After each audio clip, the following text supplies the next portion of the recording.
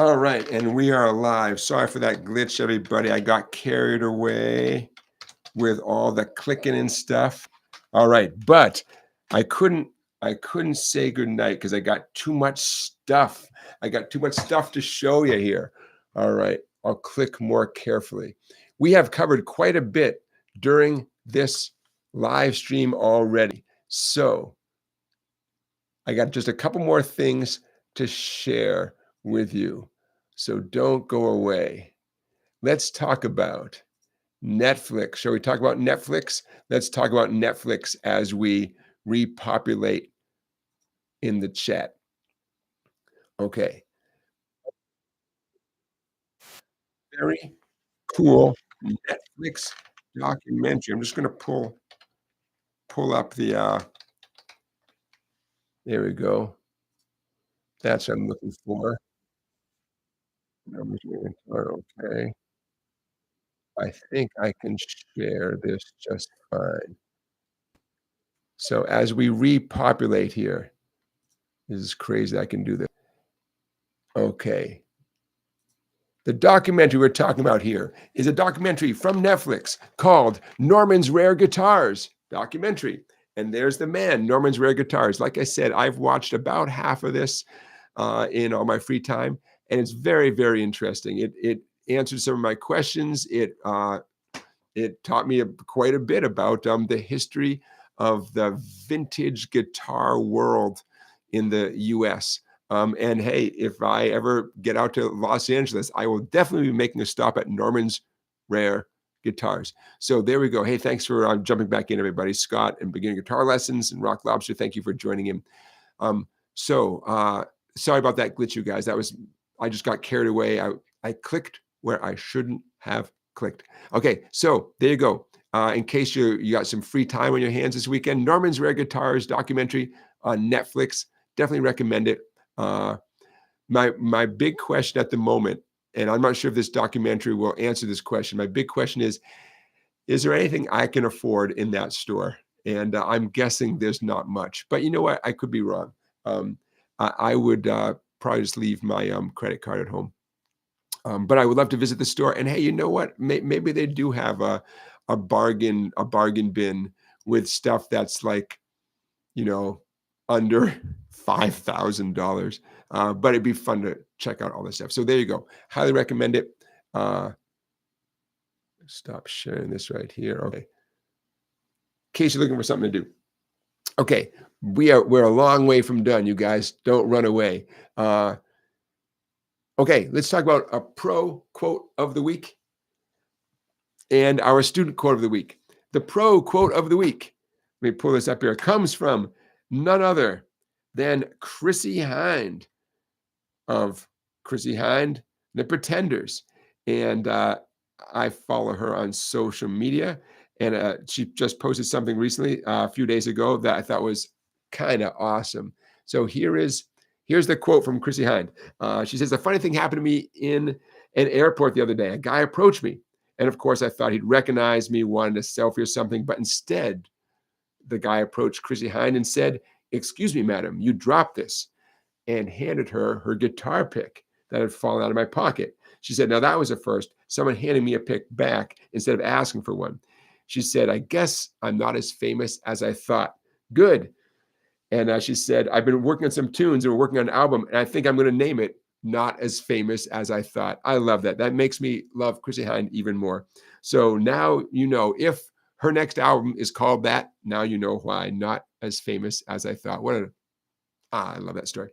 Okay, that's the pro quote of the week. What's the student quote of the week?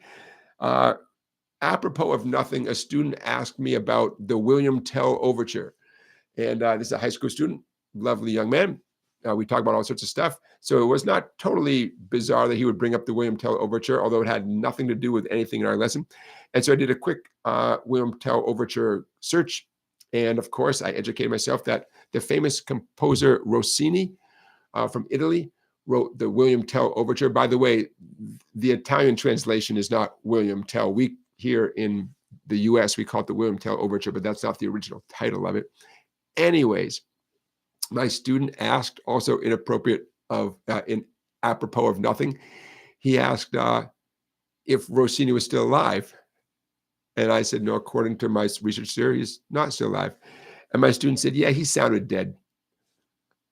I'm like, what? I think when he clarified, he basically meant this music sounds like an older style of music, and I'm not surprised to find out the composer has passed away. The quote was, yeah, he sounded dead. No, that's the student quote of the week. Now you know what I know. You never know what people are going to say, especially kids. He sounded dead.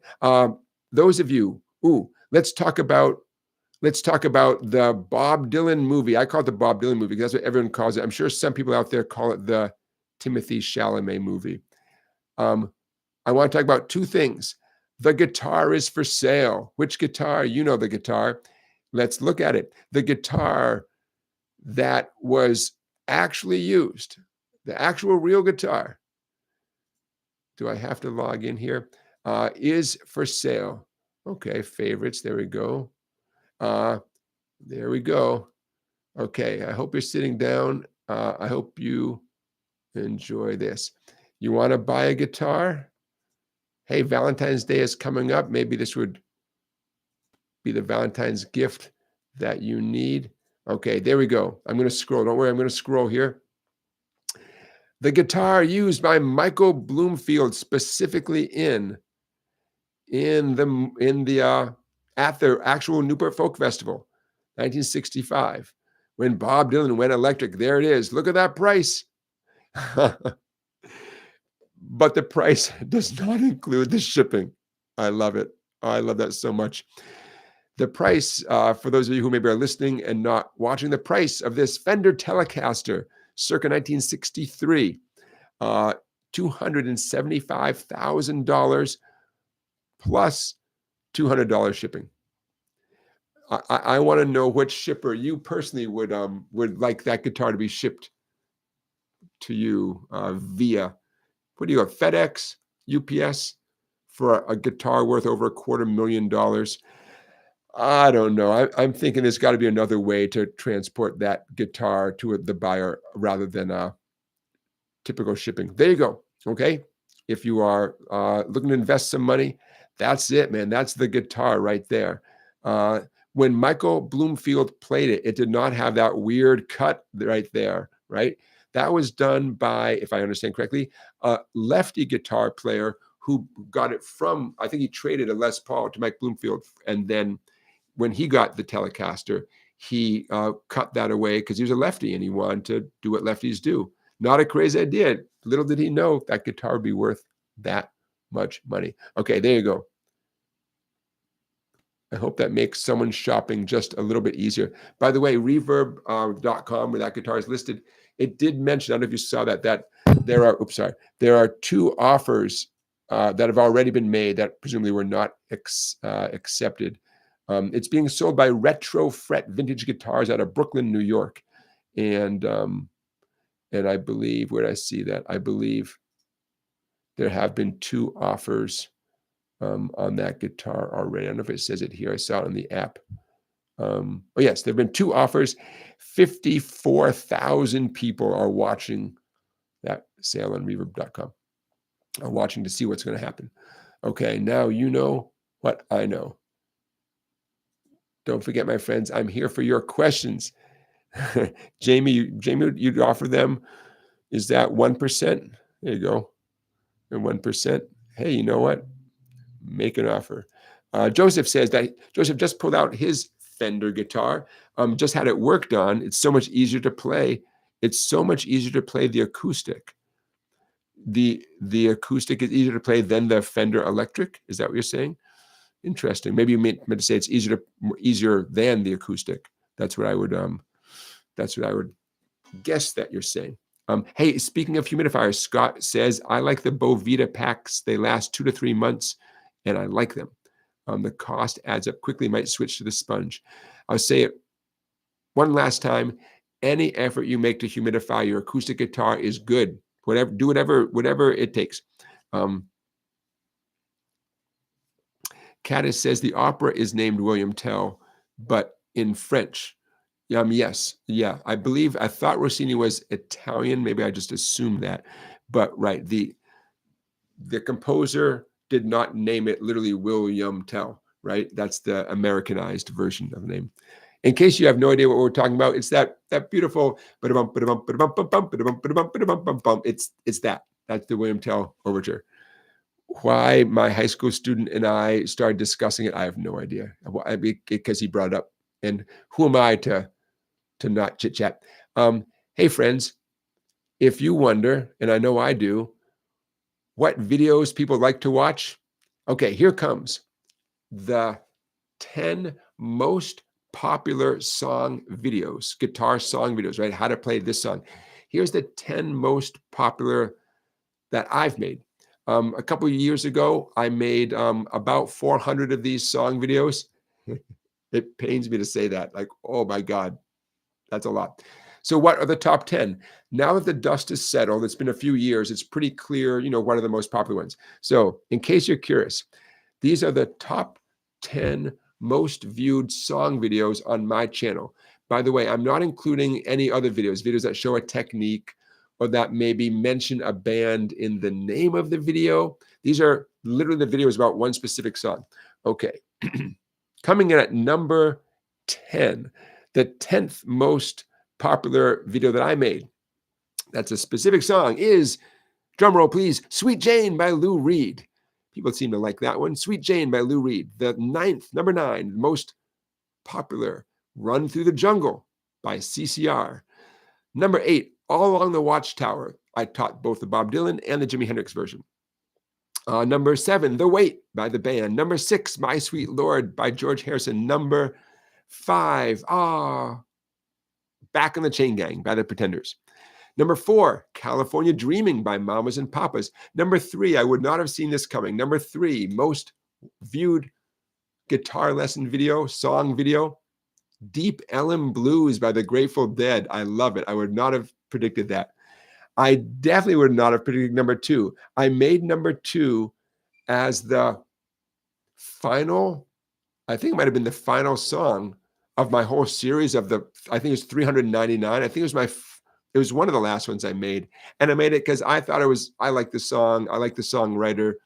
The number 2 most viewed video, In Spite of Ourselves by John Prine and Iris DeMent. I love John Prine so much. I like Iris DeMent just fine. I love John Prine so much. But I never would have guessed that anyone would have watched that. Did I say that was number 2? I guess I was off by 1. Everything I just said, I just said from 11 to number 3. Okay, there's a top 11 all of a sudden. Number 2, the real number 2, now that I got it right, is an extremely short video I made on the Bad to the Bone riff by George Thorogood. The video is 45 seconds long because it's just the Bad to the Bone riff. And I was told, I'm still told, that YouTube doesn't like videos that are that short because they can't run an ad it's hard to run more than one ad or whatever. But for some reason, man, the number 2 song, Bad to the Bone. And my number 1, this makes me so happy, my number 1 most viewed song video, how to play a certain song. Any guesses? Anybody? What a Wonderful World by Louis Armstrong. And you know why that makes me especially happy? It's not a guitar song, right? The whole video is a chord melody arrangement of What a Wonderful World by Louis Armstrong. You guys know I love doing chord melody arrangements, and you could just strum the chords, but it's kind of like that I show in the video, but it's nice to actually play it as a chord melody arrangement. And it's in my chord melody songbook that I published earlier this year. So there you go. For whatever reason, that song, it's a beautiful song, right? But I never would have guessed that would be the number 1 song, number 1 video. There you go. I don't know. I thought you guys might get a kick out of it. You know what you're also going to like? Next week, I'm going to do the 10 videos that I probably shouldn't even have bothered with because no one watched them by comparison. So if you're curious about what the 10 quote worst ones, the 10 ones where I wasted my time, we'll do that next week. Okay, the 10 least viewed song videos of the hundreds and hundreds of videos that I have made. I'm equally curious about the bottom 10. I think that's hilarious. And I hope no one feels it's a reflection on the quality of the song, because they're all great songs. But for some reason, the songs aren't quite as popular, and so they fell to the bottom 10. We will talk about that next time. Okay, but I want to run that past you just for the fun of it. All right. Dun, dun, dun, dun, dun. Check this out. I think I can show you this right here. Okay, now this is public information, so I don't think the people named in this article would feel this is inappropriate for me to share. Local library has something they call Music Mondays. Check this out. Music Mondays. Look at this. Now, you should check your library because, man, this might be going on right under your nose. Everybody see that okay? Okay, Music Mondays. Fred there. Fred gives a thumbs up to participants during a guitar lessons class at the Scranton Library in Madison, Connecticut, January 13th, where music enthusiasts gather each Monday morning. The schedule kicks off with music theory at 10:30, followed by Phyllis teaching ukulele at 11 and Fred doing guitar classes at noon. How cool is that at the public library, right? Maybe it's happening close to where you live. Maybe, right? Maybe. But if it's not, how come you can't be that person? That could be you right there. Give them that thumbs up, right? I don't know. Maybe. Now, I know some of you have excuses as to why you can't do that. Okay, that's all right. But come on, man. Why, that could be you leading the group. What do you need? You need the time. Time is hard. You need to have the time to do that, right? You need the space. You need the library to sign off on this, right? Not every library would be equally supportive, although I bet most of them would be, right? You need songs. Where are you going to find songs that are easy to play? Songs that are basically familiar, songs with easy chords and strum patterns. Oh, I know, right here, man, the SongBike Guitar Q&A live stream. We've done 60 of them, right? If you get this up and running at your library, I will email you the list of those songs and the way you can find the songs. I have not updated the list recently, but doesn't mean I don't have the list. Okay, there we go. So I thought I'd share that with you guys. I thought you might get a kick out of what's going on. And hey, maybe some of you guys are well aware that this is going on where you live. Okay, that's pretty small. Just to remind you, I'm going to stop sharing that one. Okay. And this is a partial list, Look at all those songs. You guys, many of you have played many of these songs with me. There you go. There's your set list, man. Imagine hosting this library thing, every week. Every week, grab 3 or 4 of those songs. Look at all those songs, man. It's a lot. And this is not the updated list. I bet there's easily 5 or 10 that I just haven't got around to updating this list. Look at all those songs. All right. So thank you for your patience there, but I want to share that with you. Okay, so that's what's going on in my neck of the woods. Rock Lobster says there's so much going on at libraries. That's right. Libraries, I'm a big library fan. Libraries have to adapt to these times, right? And the day will come when libraries are not going to be all about books.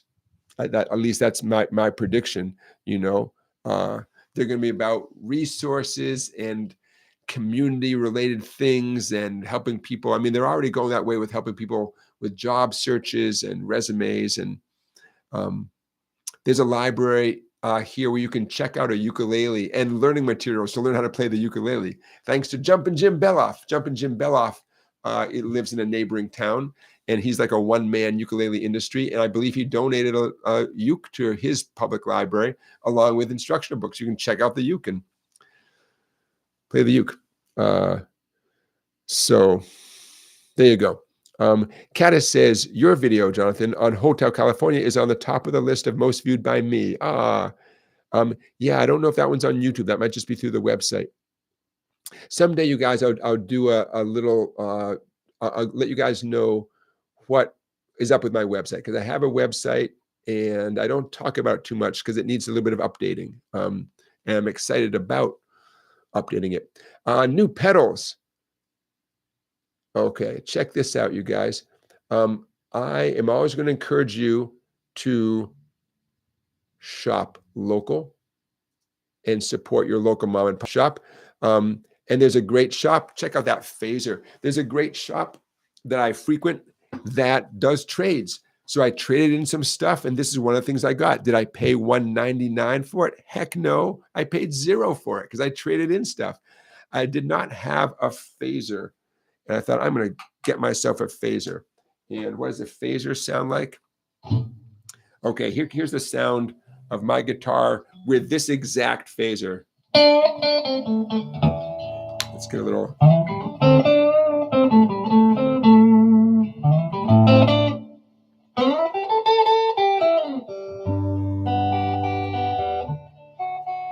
Right? Kind of a ooh, kind of a fishy sound, right? That's not a phaser. I got that from trading in stuff. It was fun. What else did I get? This one. I haven't found the sweet spot with this one. I got this one as well, and this is a noisy pedal. So I'm going to spare you the sound at the moment. But the shop had a fuzz pedal, and they recommended this one highly, from the JHS Pedals Company out of Kansas City. The pedal they call the Smiley pedal. It's a fuzz pedal. What's fuzz? Fuzz is like distortion, but it's not as aggressive. It has its own fuzzy sound. Many of us are familiar with fuzz from Satisfaction. Keith Richards using a fuzz pedal for Satisfaction. So long story short, it's like distortion, but it's not distortion. By the way, the fuzz face pedal is one of the most popular fuzz pedals. So I believe the reason it's called Smiley, because like it's a play on like fuzz face, and this is the Smiley. So I got that pedal too. And it was fun getting a bunch of stuff out of my guitar studio and getting a few fun things I never had before. So I definitely encourage you guys to inquire at your local mom and pop place about doing trades. A lot of people have stuff sitting around that you're not using. I don't know, give it a shot, right? I will demonstrate that fuzz face pedal, that Smiley pedal, I mean, before long. But right now, I haven't found the sweet spot where it's like just the way I like it. But when I do, I will demonstrate that. So I just want to share that with you. And the stuff that I traded was stuff I definitely was not using at all. And apparently they were happy to take it, because they took the stuff I traded in without a whole lot of questions, and it worked out great, you know? So there you go. Just wanted to just share with you what's possible out there. Okay, hey, let's check in with our poll. Before we were so rudely interrupted by my mistake, the poll question, I know the poll is wrapped up now, but the poll question was, what is your priority? And the choices were, is your priority as a person holding a guitar, knowledge of songs, knowledge of the instrument, knowledge of music in general, or other? And no huge majority, but 36% said your priority is knowledge of the instrument. How does the guitar do what it does? 36%. Close behind, 33% of you, your priority is learning about music in general. 20% knowledge of songs. Why are songs so good? How does that all happen? And a large amount, 11%, was other. Pretty interesting. I look forward to going through the chat to see what you guys said about the other, because 11% is pretty huge. And if you were to ask me where I fall, I don't know. They all sound good to me. On any given day, I would vote differently. Tough one. I think if you held my feet to the fire, I would say knowledge of music is number one. Knowledge of songs is number two. and knowledge of the guitar, ironically, might be my number 3 priority. Yeah, but some days all I want to do is just play the guitar, and I'm not thinking about songs at all. It's a tough one, tough question. That's why I ask it. Tough question. I don't know. If you're still mulling this over in your head, feel free to let us know in the chat, especially if you are sort of thinking other. We got a whole bunch of you, got a few dozen of you watching right now. If you are having a hard time picking one of those things, let us know what's going on in your brain. Okay, in the meantime, I'm going to close down a couple of these windows. The NAMM Show. Anybody familiar with the NAMM Show out there in California? The NAMM Show. Winter NAMM. Winter NAMM is what happens in January. Check this out. The NAMM Show. Manufacturers display their goods, especially their new stuff. Who are the people who display stuff? Everybody. Oh my God. See this exhibitors right here? I'm going to click on that exhibitors, but it's such an enormous list. It's alphabetical. They got some featured brands, others. I mean, it just starts with the A's. Many, I've heard of very few of these. All sorts of people making all sorts of musical stuff, way beyond guitars. Anyways, holy cow! I'm gonna put this link. I'll put it in the chat. Now, I always thought it'd be interesting to walk through, but at the same time, it sounds so overwhelming. Okay, there's the link if you want to do a deep dive into what it means to go to the NAMM Show. I fear that it would be super noisy. Check this out. Schedule. Okay, so January 21st, it begins. Hey, that's soon, Tuesday. Look at this one. NAMM Marketing Summit, how to unlock the full potential of influencers. Look at who I'm pointing out right here. Some of you listen to this podcast. Ryan Burke from 60 Cycle Hum. He's going to be talking about what it means to be an influencer. I'm not familiar with Tracy here. Amplify 11. Yeah, but that's who's going to be talking. Retail Financial Summit. How to advocate for music education. Ooh, interesting. Okay, I just want to whet your guys' appetite in case you're not aware of the NAMM Show. It happens twice a year in California in January, and then I believe Nashville in the summer, I believe. So there's the NAMM Show. Now you know. Now you know what I know. The NAMM Show. A lot of big name places are revealing their new products for 2025. All of our favorite guitar companies. But I've also heard that some people stop attending NAMM because it might not. They might feel they don't get enough bang for their buck. That there's other ways to promote your stuff cheaper than having a big, huge booth set up at the NAMM convention. Very interesting. Times change. Okay. The musicians behind the Bob Dylan movie. Check this out.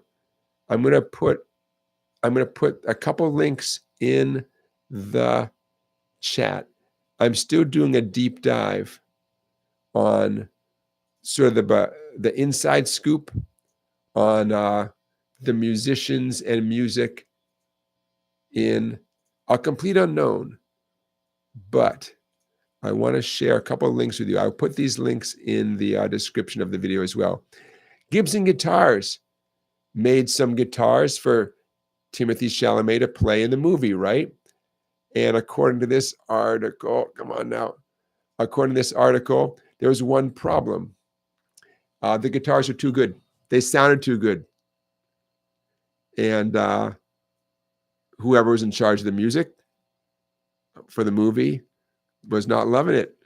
Come on, copy. Oh my gosh. Okay, this is fighting me. I'll put the links in the chat. So I'm I'll put the links in the description. In the description of this video, I'll put a link that you might be curious about. When a guitar is too good for a movie. And then I have another link that I'll put in the description of this live stream. It's the Wikipedia link all about the movie, especially about the soundtrack and stuff. whether or not you use Wikipedia, trust Wikipedia, don't trust it, I'm kind of assuming that at this moment, the people involved in the movie are staying on top of what's being posted in the Wikipedia page. And so I'm going to, in general, trust the Wikipedia page about the movie called A Complete Unknown, because the movie is fresh and it's out there. And I'm sure, there we go. And I'm sure the people who invested in the movie only want the most accurate information. Okay, so in the chat, I just put the Wikipedia link to the Wikipedia page for A Complete Unknown. And I'm going to try to put the link for the Gibson article about the Gibson guitars being too good. Come on, too good for the movie. They needed something that didn't sound great. In fact, I heard that they prioritized using pretty dead sounding guitar strings. Okay, there's the link to the Guitar World article about the guitars of the movie. Okay, so check this out, you guys. We're going to wrap up in a minute. I think I have one or two last things to share with you. One of them, for sure, is going to be a page from this book from 1964. I skipped ahead a bunch of pages to get to something that I had never exactly seen before, and I want to share it with you. And let me just see if there's anything else that I want to share with you guys. Should I sell out? You know what I was offered this week? I was offered 4 things. It's so funny because these spam emails that I get, I mean, I call them spam because I don't take them seriously. I used to just dismiss these. Now a look of joy crosses my face because I can't wait to see what bizarre things are offering me because I know I can share it with you. So it's funny how, like, now I look forward to these emails. Okay, what was I offered to sell to you? One thing actually was musical accessories, e-bikes, electronic bicycles, electric bicycles, AI-enabled graphics cards, which I'm sure means something to some of you, and to me, I just know it's a computer thing, whatever. But the best thing I was offered this week that made me think, should I sell out? A cordless rivet gun. Do you need one? You look like you might need a cordless rivet gun. I had the opportunity to sell you a cordless rivet gun. I'm going to pass on it, but that's it. Okay, my own dumb question of the week. I got a dumb question. I ask them so you don't have to. My own dumb question of the week. Why do the best guitar players still look down at the guitar when they play? I mean, don't you try hard not to look sometimes? Say, oh, can I play this without looking, right? It's a real achievement. If you can play the guitar without looking, that's a real achievement, right? But all the best guitar players, they look at their guitars and they play. So what's up with that? Shouldn't they be able to just magically not look at anything? I don't know. Why is it so important to the rest of us to, I want to be so good I can play with my eyes closed? I don't know. It's a dumb question. It's a dumb question. Why do they still look at the guitar? When they want to look at the guitar. They like it. They like looking at the guitar. Maybe they want to make sure they play the right note. Maybe they're human. Why do the best guitar players still look at the guitar? That's my dumb question of the week. Okay, before we wrap up with a page from that teenage guitar book, Songlines magazine, the 50 global guitar greats, got 5 more. I'm going to put their names and links to their YouTube videos in the description of this live stream. From Cuba, Manuel Galban. Beautiful stuff. I have 2 videos from Manuel Galban. One from 1963. He was the guitarist in a group called Los Zafiros. I think I'm pronouncing that right. And another thing from 2012 when he was collaborating with Ry Cooder. From Portugal, Carlos Paredes. From South Africa, Derek Gripper. From Azerbaijan, Rahman Mamadli. And from the USA, Mark Rebo. Those are 5 of the 50 global guitar greats that we're choosing to focus on. Those were presented to me from Songlines Guitar Magazine. Their names, their countries of origin, and links to videos of them playing awesomely, playing beautiful music will be in the description of this live stream. Don't forget to get yourself a free blues guide. How do you get a free blues guide from me? www.song-bike.com. Get yourself a free blues guide. It's free. Okay, last thing. Here it comes. I'm going to pull this up online here so you guys can see it. I'm going to shrink it down a tiny bit. Okay, you guys should be able to see this in a moment. There we go. There we go. There we go. Okay, this particularly caught my eye from the book called Teenage Guitar from 1964. Why did this catch my eye? You guys see that okay? This caught my eye because unlike the first dozen pages of the book, we're finally getting into some things here that involve two strings at the same time. The book, again, caught my eye because it's the earliest book I have found that deals with what we would call now as rock guitar. And before this, all the pages, we're on page 17 here, right? 17. All the stuff in this book were sort of variations on this kind of like, we're gonna turn off my phaser, man. Don't need the phaser. Okay. You know, variations on riffs like that. No chords, one string at a time, emphasizing typically the bass strings. Okay, so what do we have here? Ooh, I like this. We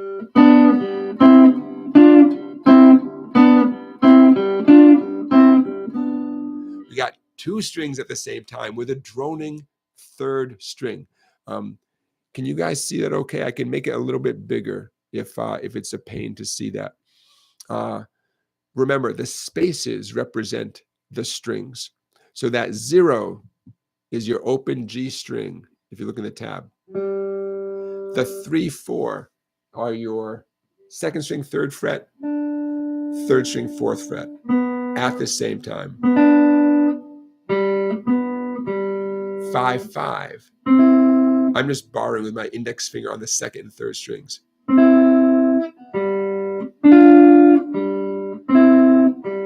That open, droning third string adds such a nice touch.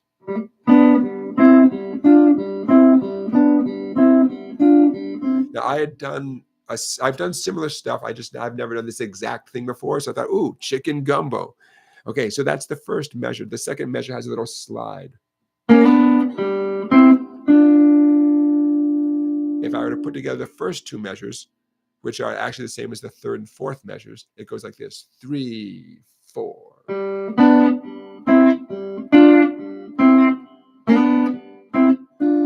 And then it repeats.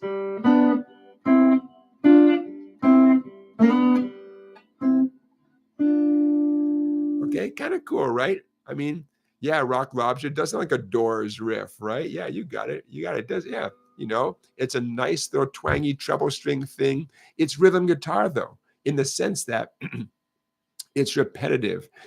Every little thing I just did essentially reflects a G or G7 chord, you know, so it could totally be a rhythm guitar pattern. And then you could picture Jim Morrison sing on top of it. Could it be like a lead guitar thing? Could it be the signature riff of a tune? Sure. It's that in that gray area between rhythm and lead guitar, right? So I know it's getting late. You guys have been sticking with me for a while. I'm just going to play through like the next part. So line 2, the whole thing shifts up 5 frets, but we're still droning on the third string.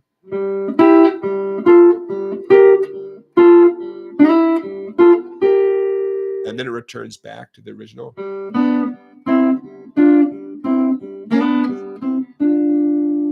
Okay, I'm going to pause there for a second. So much of this book, maybe everything, is based on the 12-bar blues. You know, it's 1964, and I can see the guy who wrote the book thinking, okay, I got these new kids. They saw the Beatles on Ed Sullivan. They want to play electric guitar. Let's do blues-based stuff and sell some books and sell some lessons. You know, why not? Okay, now the big change, line 3, where the D7 chord is indicated up above. We're at the part of a 12-bar blues where the third of the 3 chords shows up. Watch out, the open fourth string, the open D string, is now our go-to thing.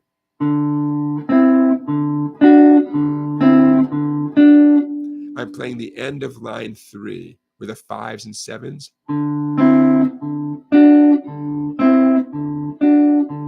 just using my index to bar the 5s and my ring finger to bar the 7s. Beginning of line 4, watch out. Similar, but the open 3rd string. Okay, that's the 4th line where it says 3-3 on top of each other, then a 0, then 5-5 on top of each other, and the 0. I'll play it again. And then we've come to the end. We've come to the end. The last 2 measures.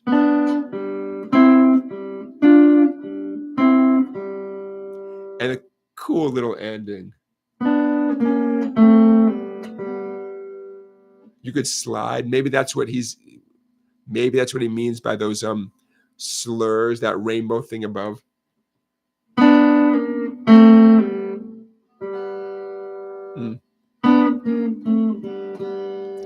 Cool little ending. Got a nice little tidy ending. Not very dramatic, but that's okay. There you go. If you went back in time and took some guitar lessons in 1964, think how good you'd be right now. It's a few years ago. 60 years ago. You'd be killing it right now. I'd be watching you. So there you go, 1964. Now, this book has a lot of similar stuff. We might be wrapping up the stuff in this book. I'll look to see if there's anything that's much different than what I've already showed you from this book. But there you go, 1964. The name of the book is Teenage Guitar by Roger Filiberto. Went for $1.25 60 years ago. Alan's saying it has an AC/DC kind of vibe. Oh, yeah. Yeah, I can hear that. That makes sense. All right, you guys. Thank you for being here tonight. Before I forget, I want to acknowledge Monday, Martin Luther King Day. Some of you might have the day off. Some of you might, your jobs might be affected. Your job might be a little bit different on Monday. I'm taking the day off from teaching. We'll be back at it on Tuesday. Thank you for being here. What can I say? I'm good next Saturday. If you're good, I'll see you here next Saturday. Don't forget to get yourself a free blues guide, www.song-bike.com. Don't forget to check the description of this live stream for links to a whole bunch of stuff I talked about. I'll put some of the links in the live stream description tonight, right now. But I'll be timestamping the whole thing tomorrow morning. So that will make it a little bit easier to find some of the stuff we talked about. The timestamping always helps. All right. Thank you for being here. It was a pleasure as always. Next week, let's do it again with new stuff. If you think of questions during the week, make a little note so you can ask them during the show. I'm going to say a few good nights before I sign off here. Thank you for being here, Wingo. Wingo from Wales. Wingo, it is late at night where you are. But thank you for being here, Wingo. Randy, Alan, Rock Lobster, beginner guitar lessons and music fan. Thank you for being our moderators. Caddis, thank you for being here. Jamie, Joseph, Scott, if you guys are still here. You guys, thanks again. Thanks for being here. My weekend begins now. I'll see you guys next Saturday night. All right, take care, everybody.